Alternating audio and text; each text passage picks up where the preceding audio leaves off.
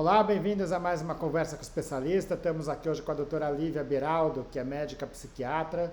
Doutora Lívia, ela é psiquiatra do Instituto de Psiquiatria da Faculdade de Medicina da USP, onde atua na enfermaria de controle de impulsos e também coordenadora do núcleo de psiquiatria do Hospital Sírio-Libanês.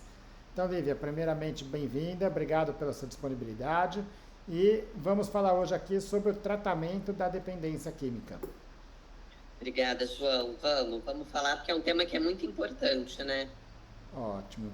Ah, então, para começar, assim, os impactos negativos da dependência química, eles são percebidos muito mais precocemente pela família, né, do que pelo próprio paciente, pelo próprio usuário, né, dessas substâncias. Geralmente, os próprios pacientes eles só vão aceitar ajuda mais tardiamente, né? Isso quando aceitam, né? Até ali, o mais comum é, né? Eu tenho controle, eu sei quando usar, eu paro quando eu quiser, e a gente sabe que isso não é verdade, né? Então, o que você poderia orientar para esses familiares? Então, não o paciente, mas aquela pessoa que tem alguém em casa, tem um filho, tem um marido, tem a esposa, tem algum irmão, enfim, algum conhecido, que você esteja falando, olha, ele está fazendo um uso abusivo, ele está perdendo o controle do uso dessa substância, só que ele não reconhece isso e ele não aceita que ninguém ele não aceita nenhum tipo de orientação, de ajuda, de conselho nesse sentido. Tá? Eu sempre oriento que isso é muito comum que você está dizendo, né, João? Assim, do familiar oferecer ajuda, mas oferecer ajuda para o paciente e buscar ajuda para si também, porque a família também precisa ser muito orientada, tá? Então, de procurar tanto aí um profissional de saúde, e a gente tem, né, assim, alguns grupos para familiares de usuários de substâncias, então a gente tem o Alanon, tudo, porque a família também precisa de cuidado.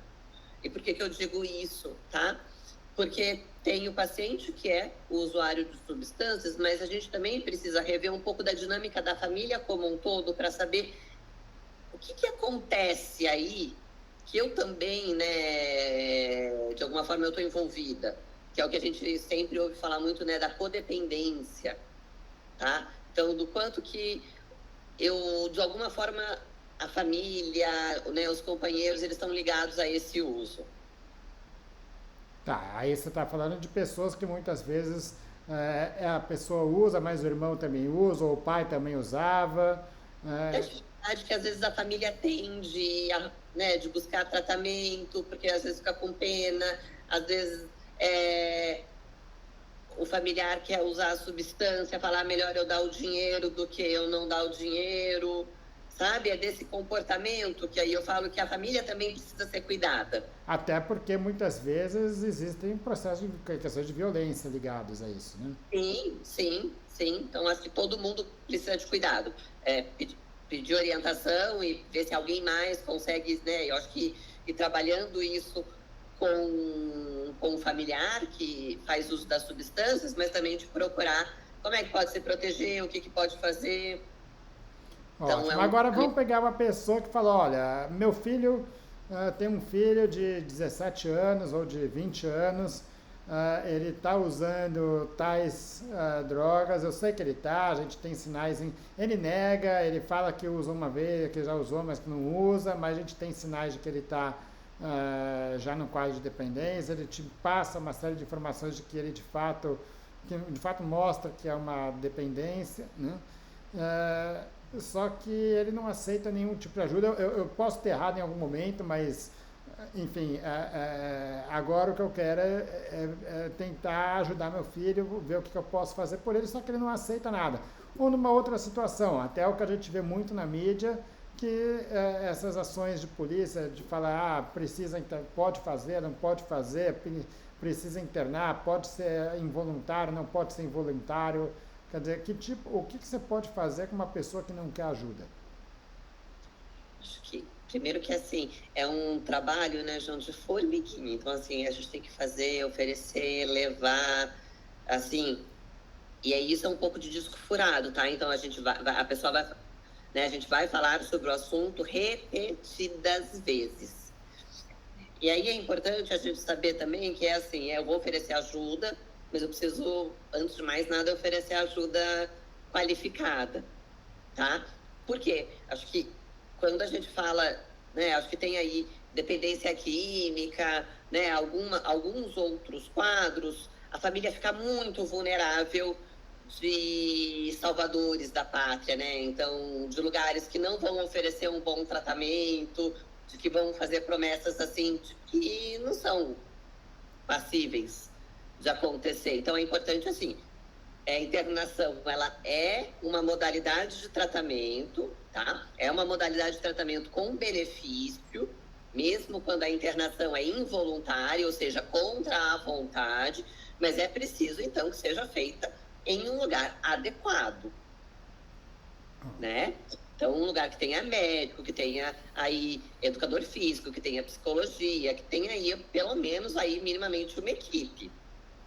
Tá? Quer dizer, porque basicamente, quer dizer, a gente fala muito da abstinência, mas a abstinência não é trancar a pessoa para que ela não consiga buscar droga. Você tem que estar mais... porque é uma diferença aí, que às vezes é uma linha que é um pouco tênue, o que é tratamento, o que é punição. Né? Porque assim, o uso de substâncias é uma coisa que ainda tem muito estigma. Né? Então todo mundo assim, já ouviu falar, é o nóia, ele não quer saber nada da vida, porque tem, né? Não, é para qualquer tratamento mesmo. E eu acho que não é bem assim. Se a gente está falando de saúde, não, né? Do mesmo jeito que é evidências científicas para as outras questões, tem para dependência química também. E o que a gente vê é de muitos locais em que o indivíduo, ele, né, é internado e que o médico vai uma vez a cada 15, que não tem... ou, né, que os pacientes aí são super medicados. E como é que a gente trabalha a crítica em relação ao uso de substâncias, ou a gente trabalha, né, todos os prejuízos no lugar assim? Não trabalha. Certo. Agora, pensando nessa questão da internação, quando que ela se faz necessária? Acho que a internação, ela se faz necessária, voluntária, quando o paciente, ele acha que ele não está dando conta, né? Porque voluntário, o paciente, ele está buscando isso, ele aceita isso, e aí eu acho que, quando ele fala assim, eu acho que vai ser melhor eu realizar o tratamento num ambiente fechado, né? Porque eu não dou conta, e aí a gente pensar em internações involuntárias, né? E aí a gente tem algumas indicações, ou seja, falha de tratamento ambulatorial. Então, quando está fazendo tratamento no consultório e esse tratamento não deu certo, tá? Risco para si ou para terceiros, né? Então, o paciente está usando substância e aí vai carro para dirigir, né? E isso está acontecendo repetidas vezes. Ideação suicida, né? Pensamento de morte e sintomas psicóticos são os principais. Né, as principais indicações. Nesses casos, por que é importante internar num lugar e como é que a gente vê se o lugar é adequado? É porque internações involuntárias, elas têm que ser comunicadas para o Ministério Público. Tá? Por quê? Porque senão eu posso internar, né? Assim, eu falei pro meu filho que tá fumando um baseado, para ele parar, ele não parou, eu coloco ele para lá. E aí vira castigo, não tratamento. Tá, e quando então, vamos fazer a pergunta ao contrário agora, quando que é o paciente que consegue tratar aquilo dentro de casa, ou tem maior chance de sucesso de tratar isso sem internação? Eu acho que assim, eu sempre, na maioria das vezes, né, sempre não, mas na maioria das vezes a gente tenta sempre tratar em casa. Eu acho que o tratamento em casa, ele tem uma maior chance. Quanto mais estruturada for essa casa, mais estruturada for essa família, no sentido de que, será que tem alguém que pode ficar junto? Quais profissionais eu posso compor aí a equipe que cuida desse paciente, né? Porque tratamento, não só, mas principalmente de dependência química, não pode ser algo médico centrado.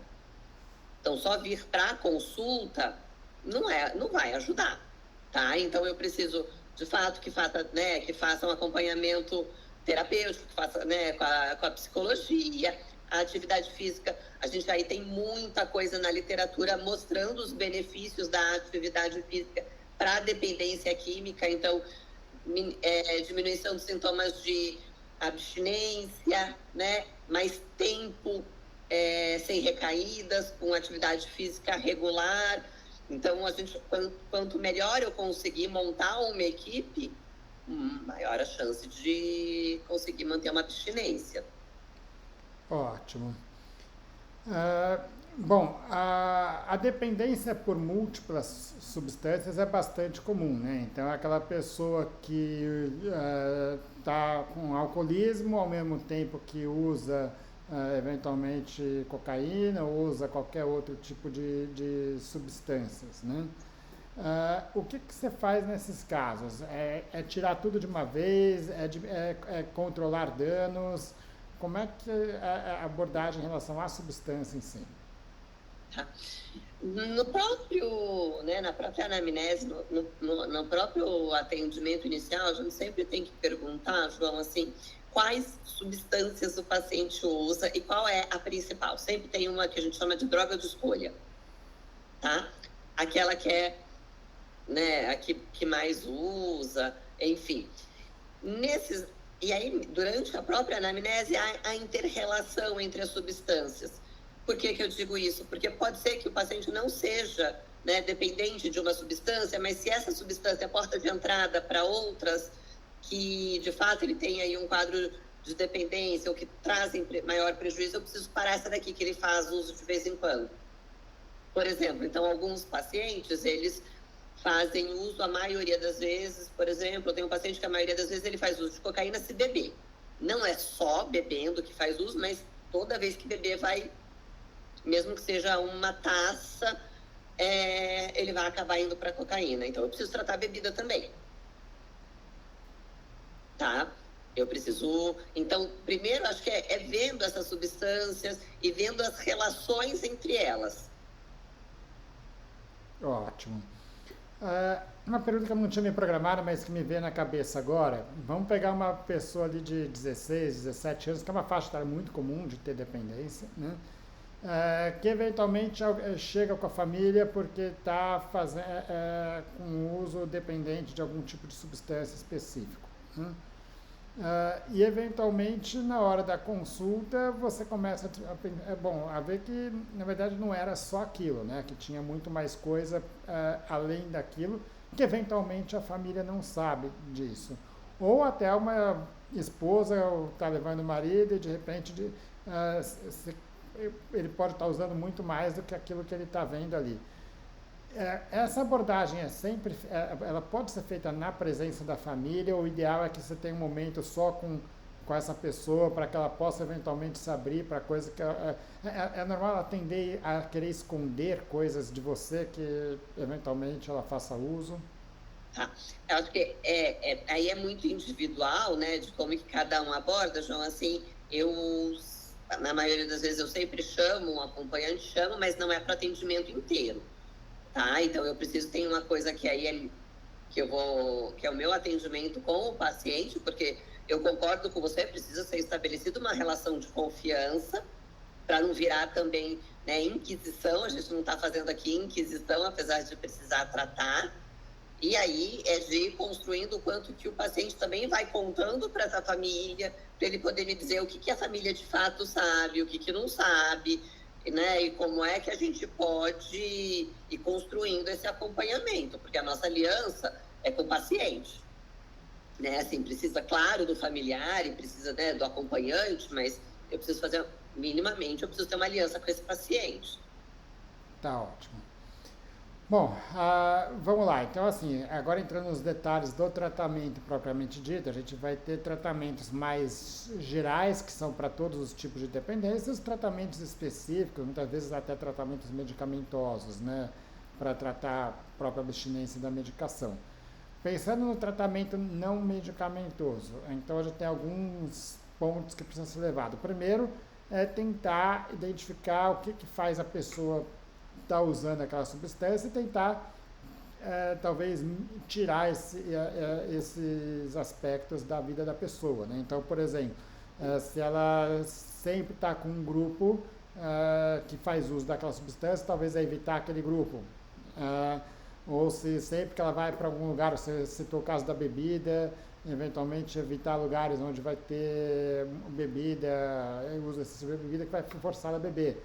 Que tipos de cuidados que você tem nesse sentido?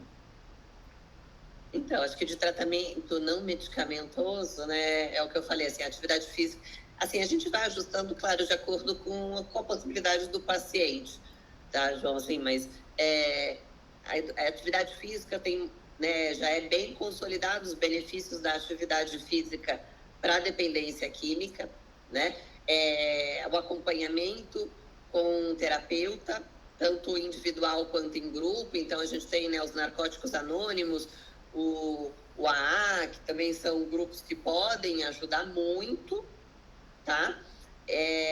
A gente pode lançar mão também de AT, que é o acompanhante terapêutico, que são indivíduos que vão trabalhando aí em várias situações extraconsultório com o paciente. Então, a gente tem aí uma gama acho que de tratamento que é muito importante. E os grupos de família também, né? Que eu tinha falado do Alanon, por exemplo.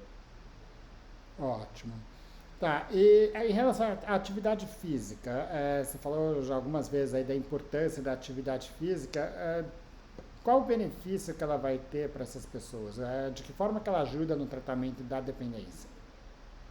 Acho que, assim, para além dos benefícios, né, acho que neurológicos e biológicos, né, João, assim, é de ampliar um pouco o repertório de vida da pessoa, né? Então, fazer outras atividades, poder conhecer outras pessoas, né? Ajudar a disciplina, porque a atividade física, principalmente dependendo de algumas atividades físicas, de algumas atividades, elas demandam aí uma disciplina que é importante.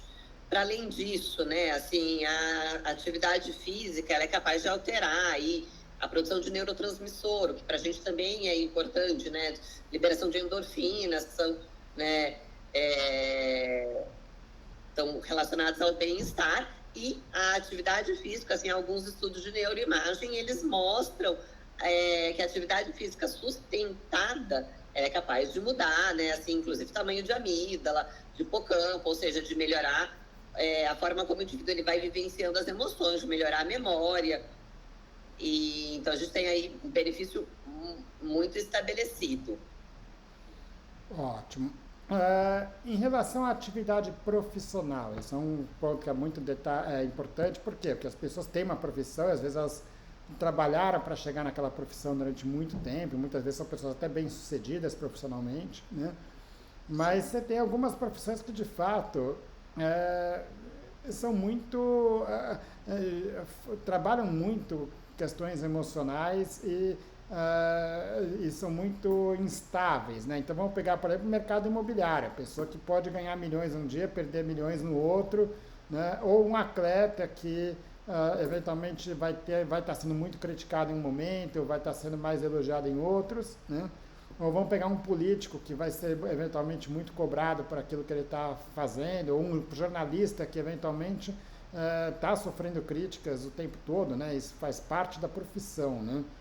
Até médico, né? A gente tem acesso. Exato, médico, quer dizer, você pode ter, eventualmente, você sai do consultório, eventualmente com um caso que você não gostou do resultado, ou que você possa sentir que você está prejudicando alguém, prejudicando no sentido que fala, olha, o tratamento não deu certo, ou deixei de fazer, enfim, eu deveria ter feito algo que eu não fiz, né? Esse tipo de autocrítica é constante, né? E como é que você vê isso, né, na relação com a dependência química? Porque, obviamente, que esses momentos, né, as drogas, as substâncias, elas podem ser usadas como uma forma de se refugiar daquele momento de tensão, né? Acho que tem essa relação aí que você diz com algumas profissões, né, que a gente observa aí uma maior prevalência de uso de substâncias, e a gente pensar também nesse momento, acho que da sociedade do desempenho que a gente vive, que todo mundo tem que estudar 20 horas, ler 10 livros, né? Então, o quanto que também a gente vai normalizando, tomar cuidado é de normalizar o uso de substâncias. Então, por exemplo, né, Venvance, que todo mundo usa, né? Então preciso ficar acordado até mais tempo, ou eu preciso produzir não sei o quê. ou eu preciso relaxar e só posso relaxar com bebida. Então, acho que é a gente ficar atento para os comportamentos no geral, sabe? Quando a gente também começa a condicionar algumas profissões, mas acho que na população, de uma maneira geral, eu só descanso se. Então, eu só descanso se eu tomar uma dose de uísque, eu só descanso se eu fumar um baseado. Quando a gente começa, acho que fazer essas associações também é uma coisa que chama muito a atenção, né?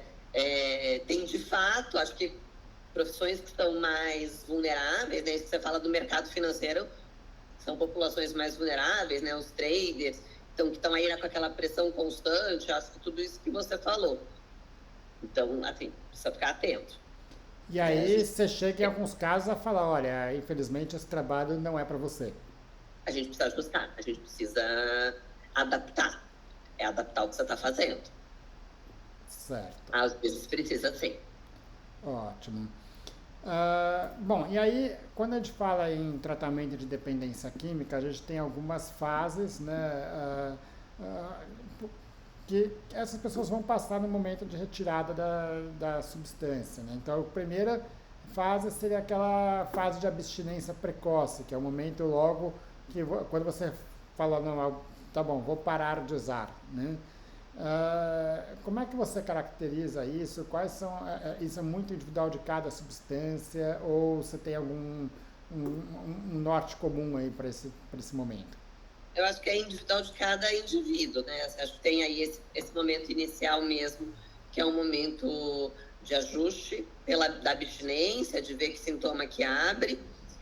Depois a gente tem um momento que eu acho que é de identificar, assim, o que está acontecendo com o paciente fora do uso de substâncias, né? Porque o paciente, quando está em uso de substâncias, isso camufla, isso atrapalha o diagnóstico de outras comorbidades psiquiátricas ou de outras coisas que possam estar acontecendo com esse indivíduo.